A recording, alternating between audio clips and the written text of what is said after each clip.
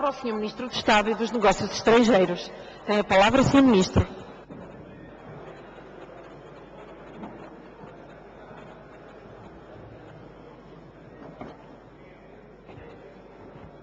Senhora Presidente, senhores membros do Governo, senhoras e senhores deputados, a Assembleia da República discutiu hoje a moção de censura proposta pelo Partido Socialista. A moção de censura é um instrumento legítimo de combate político. Tão importante como afirmar este princípio é fazer uma distinção óbvia. Há moções de censura e moções de censura. Há moções de censura que são apresentadas pelos partidos fora do arco da governabilidade. São essencialmente proclamatórias, na medida em que nem esses partidos querem governar, nem os portugueses esperam que esses partidos venham a governar. Mas há outra moção de censura, como aquela que foi apresentada hoje. Apresentada por um partido do arco da governabilidade, até pelo maior partido da oposição, o que obriga a analisar em toda a sua profundidade e consequência a vontade do partido proponente. Temos de partir de um princípio. Quando um partido do arco da governabilidade apresenta uma moção de censura, visa a queda do governo e eleições antecipadas. Ora, é precisamente neste ponto que devemos dizer ao Partido Socialista que a sua moção de censura contém pelo menos 5 fragilidades que só não são irremediáveis porque a vida continua amanhã. E porque amanhã, quer o Governo, quer o Partido Socialista, têm a essencial responsabilidade de contribuir para o interesse nacional e para o bem do país. A primeira fragilidade da moção de censura é o momento. Diria que é mais do que uma fragilidade. É um erro. Neste mês de abril, Portugal, como país, não o Governo, Portugal, como país, tem uma negociação para concluir. Essa negociação é vital. Tem a ver com os prazos de vencimento dos reembolsos que Portugal tem de solver e honrar. Esses empréstimos decorrem de uma dívida astronómica que, em grande medida, o Partido Socialista, nos seus governos, gerou. É essencial para o país, que somos todos, para o Estado, que todos representamos, para as empresas e para as famílias, a quem todos devemos isso, uma negociação que termine bem, com maturidades mais favoráveis, o que aumenta a liberdade financeira de Portugal e liberta recursos para a economia nacional. Pergunto, lamentando, como é possível que o Partido Socialista não se tenha lembrado de propor uma moção de censura neste momento, visar a queda do Governo precisamente agora, significaria, se a moção passasse, como é suposto um partido do arco da governabilidade pretender que uma moção de censura passe, deixar Portugal sem Governo, em plenitude de funções, e deitar a perder a enorme e talvez única oportunidade de, dentro de dias ou semanas, o nosso país obter um calendário de reembolsos dos empréstimos mais favorável e mais realista. Acredita o Partido Socialista que os credores dariam confiança a um país sem governo em plenitude de funções? Acredita o Partido Socialista que um governo sem poder político efetivo obteria dos credores novas maturidades e condições melhores para os reembolsos? Senhoras e senhores deputados do maior partido da oposição, não estamos a falar de trocos. Estamos a falar de reembolsos de 16,5 mil milhões de euros em 2015. Quase 20 mil milhões de euros em 2016. E nada menos do que 22 mil milhões de euros em 2021. Alterar, distender, suavizar a parcela pública destas maturidades é uma prioridade nacional, não do Governo, mas do país. Não merece uma moção de censura que colocaria, evidentemente, em risco um resultado favorável. Só por lapso ou ingenuidade o PS pode ter escolhido este momento. Os portugueses saberão avaliar se O Partido Socialista colocou em primeiro lugar o interesse partidário ou o interesse nacional. A segunda fragilidade da moção de censura tem precisamente a ver com a consequência da moção de censura, se ela tivesse consequência, como é suposto o partido proponente pretender que tenha. Eleições antecipadas. Qualquer observador atento reparou que o maior partido da oposição demorou uns dias a oficializar a óbvia consequência do seu gesto. Se propõem uma moção de censura, é porque querem eleições. A pergunta que, mais uma vez lamentando, deve ser feita é esta e é preocupante. Estando Portugal a cerca de um ano do fim do programa de assistência, tendo os portugueses feito esforços enormes para cumprir com a palavra dada pelo Estado, sendo tão vexatório o protetorado a que a governação anterior nos levou, está o maior partido da oposição consciente que a realização de eleições conduziria, com razoável grau de probabilidade, a um segundo programa e a um segundo resgate. Ou seja, a mais tempo de protetorado e mais dificuldades para as empresas e para as famílias. Não creio que haja evidência que o maior partido da oposição possa apresentar nos termos da qual um segundo programa ou um segundo resgate fosse mais favorável do que o primeiro e aquele que está em vigor. Pode o Partido Socialista ter escolhido de momento este caminho. Esperemos que seja de momento e que arrepie deste caminho. A terceira fragilidade da moção de censura decorre da anterior, mas é em si mesma problemática. Se o PS visa a substituição do Governo em eleições, deve ter, no essencial, uma alternativa externa e interna para propor. Ora, parece meridiano reconhecer que o PS não a tem. E, em boa verdade, seria difícil que tivesse. Uma coisa é melhorar as condições do memorando que Vossas Excelências subscreveram. Obter maior adesão à realidade no faseamento no déficit e nas maturidades da dívida. Equilibrar o foco económico com o foco financeiro. Apostar no investimento e nas exportações.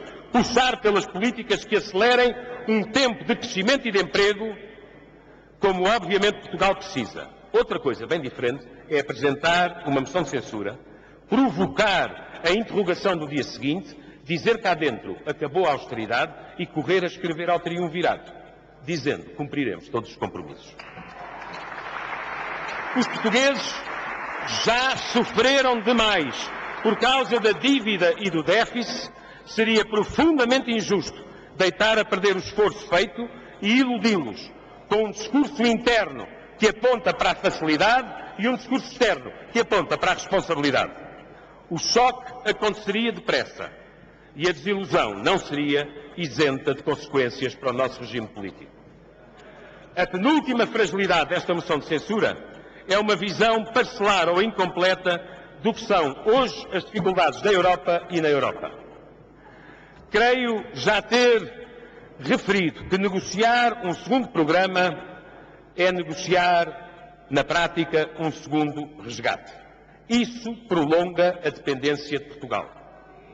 A proposta contém mais riscos do que, apostando na credibilidade de Portugal, conseguir, no passado, no presente e no futuro, mudar aspectos relevantes do memorando. Mas um memorando que termina em junho de 2014 nos seus compromissos essenciais. É preciso avaliar os que estão no Governo e os que estão na oposição. Em que Europa estamos a navegar?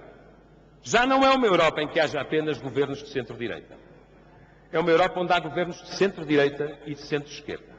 Nem por isso se modificaram pilares essenciais na visão sobre os países com assistência. Aliás, veja bem este exemplo. Já não está em funções uma liderança democrata cristã e, aliás, amiga de Portugal no Eurogrupo. Temos uma liderança socialista e nem por isso deixou de acontecer o que aconteceu em Chipre. Ou seja, já não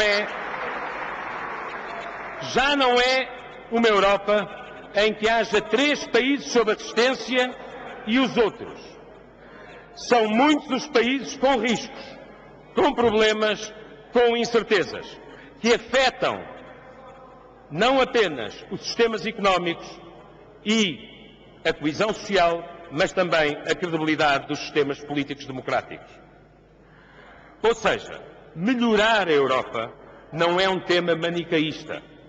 A vida na Europa está difícil para todos os democratas. É muito simplista pensar que basta derrubar o governo de Portugal, propor o líder do Partido Socialista como primeiro-ministro e, por magia, a Europa dará a Portugal mais do que já conseguimos. Ensina a experiência que há questões em que ser pessimista é ser realista. O PS diz pretender um novo ciclo político. Mas quem garante ao Partido Socialista que, perante a iminência de eleições, os credores não pediriam ao Partido Socialista, visto que abriria um novo ciclo político, exatamente o mesmo que pediram ao PSD e ao CDS em 2011, ou seja, uma carta de conforto para a aplicação do programa até ao seu final. E nessa altura o que faria o Partido Socialista? Recusaria a carta de conforto? Nós não a recusámos por patriotismo. Mas então para que serviriam as eleições?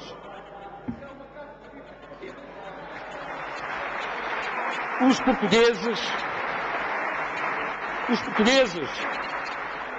portugueses fizeram muitos sacrifícios para Portugal já não ser comparado com a Grécia. Os portugueses fizeram muitos sacrifícios para Portugal estar em condições de, na companhia da Irlanda, rever maturidades dos nossos empréstimos da dívida. A moção de censura e as eleições que se significariam, provavelmente, um destino que seria mais um regresso. Portugal voltaria a ser visto como um país que é parte do problema e não como um país que é parte da solução.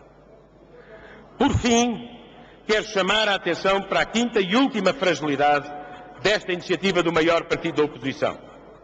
O PS, na sua argumentação, fala frequentemente em, cito, ruptura definitiva com o Governo. Paremos um pouco para pensar. Paremos um pouco para pensar no que significa, tanto do lado da maioria como do lado da maior bancada da oposição, uma atitude como esta. Paremos um pouco para pensar sobre esta frase, que é ambiciosa, mas que é ao mesmo tempo uma atitude muito pouco prudente.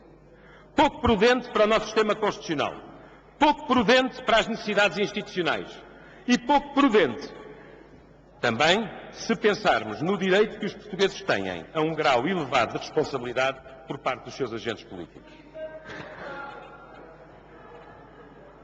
Ruptura definitiva com o Governo ao cabo de menos de 2 anos de uma legislatura que tem 4 anos e meio? Por outro lado, o que ganha o país com este nível de crispação política? A ruptura definitiva significa suspender ou bloquear a capacidade de diálogo e a necessidade de compromisso entre o Governo e o maior partido da oposição, pelo menos enquanto durar o programa de ajustamento, que é do interesse nacional saber cumprir e ultrapassar. Que reputação e imagem passaria a ter Portugal se não dispusesse de margens mínimas de consenso político entre os partidos do arco da governabilidade? Acresce, Sra. Presidente, que inúmeras matérias obrigam a maioria e o maior partido da oposição a uma relação política que respeita as respectivas diferenças, mas protege o que é de interesse nacional. Para não ir mais longe, a política europeia, a política atlântica, as questões de Estado, as questões em que o sentido de Estado mais é necessário, as maiorias que reclamam votação reforçada, quaisquer situações em que o país precise da máxima responsabilidade em tempos de grande dificuldade. Ou seja, vale a pena não levar longe demais esta ideia da ruptura definitiva. Quando Portugal ainda está sob protetorado, precisamos mais de consenso do que de divisão. Precisamos mais de soluções do que de moções.